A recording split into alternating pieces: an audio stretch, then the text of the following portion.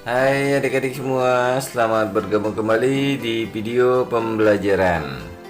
Pada video pembelajaran kali ini, kita akan pelajari tentang pembelajaran ke-6, yaitu masuk pada subtema 2, hewan sahabatku.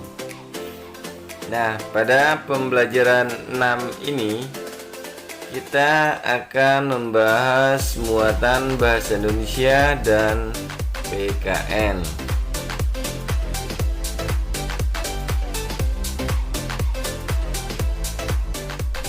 Sebelum kita mulai pembelajaran, langkah baiknya kita mengetahui tujuan pembelajaran, yaitu tujuan pembelajaran bahasa Indonesia pada poin ketiga dan keempat, yaitu siswa mampu menyusun kesimpulan.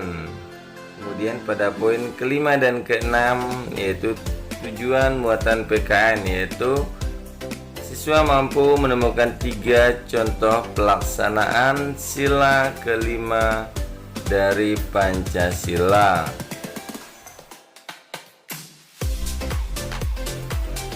Baik adik-adik, kita masuk ke pembelajarannya.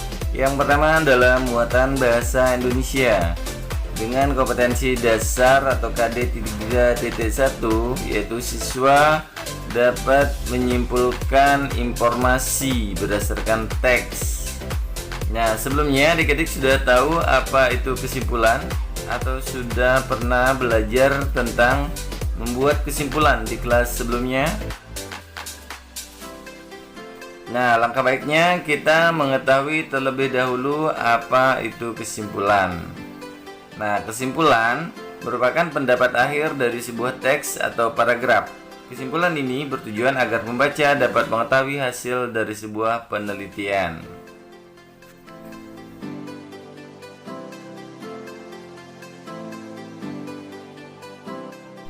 Nah, adik-adik, berikut ini cara membuat kesimpulan. Yang pertama adalah menemukan ide pokok dalam sebuah paragraf. Kemudian yang kedua, mencari sebab akibat dalam sebuah paragraf. Dan yang ketiga, gunakan pendapat kita setelah membaca keseluruhan isi paragraf dari pertama hingga terakhir. Dan kemudian adik-adik menghubungkan antara kalimat pertama dengan kalimat yang terakhir. Oke, kita langsung ke contohnya ya.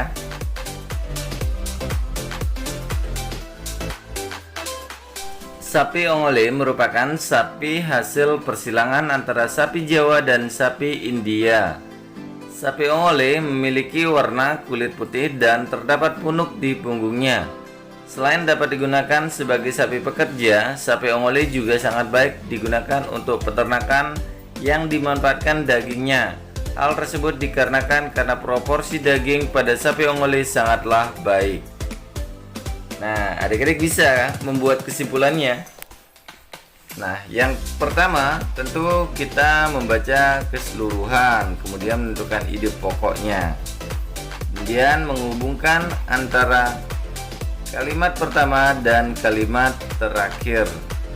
Jadi dapat disimpulkan pada paragraf sapi ongole di atas dapat disimpulkan bahwa sapi ongole memiliki proporsi daging yang sangat baik.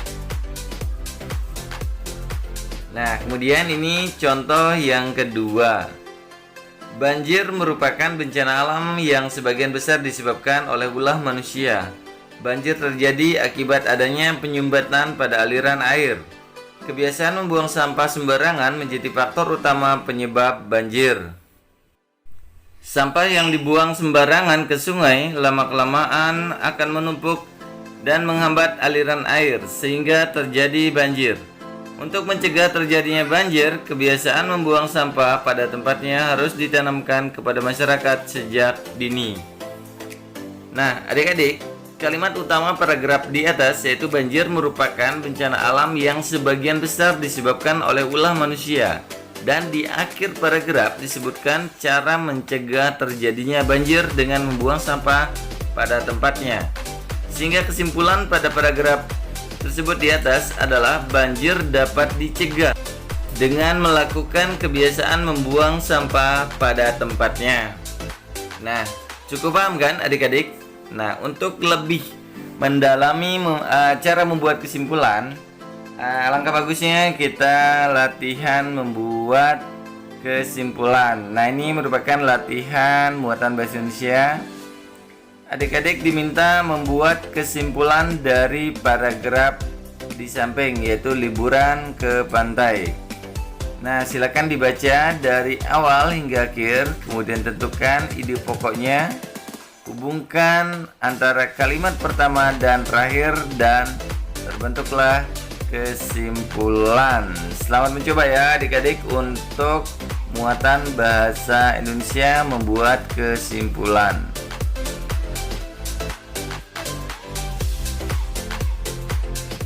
Adik-adik, sekarang kita masuk ke muatan yang kedua, yaitu PKN, yaitu penerapan nilai-nilai Pancasila pada kehidupan sehari-hari. Nah, tentunya sudah tahu kan gambar pada layar ini? Ya, ini gambar padi dan kapas. Tentunya adik-adik sudah tahu gambar padi dan kapas pada Pancasila. Iya, sila kelima Pancasila, yaitu keadilan sosial bagi seluruh rakyat Indonesia. Nah, sebelumnya kita sudah membahas penerapan sila-sila Pancasila dari 1 sampai 4. Pada video pembelajaran ini kita akan membahas penerapan sila-sila Pancasila butir yang kelima, yaitu keadilan sosial bagi seluruh rakyat Indonesia. Nah, berikut ini ada contoh ilustrasi sebuah cerita yang akan menjelaskan atau menggambarkan penerapan sila-sila Pancasila yang kelima. Disimak ya. Siti dan teman-temannya diundang menghadiri acara syukuran di rumah Udin. Di sana banyak makanan. Di meja sebelah kiri ada ayam goreng, sate ayam, dan ikan bakar. Di meja sebelah kanan terlihat ada rendang dan soto ayam. Wah, Siti dan teman-temannya bingung memilihnya. Semua terlihat enak. Benny mulai berjalan mengambil 10 tusuk sate ayam, 2 rendang, dan sepotong ikan bakar.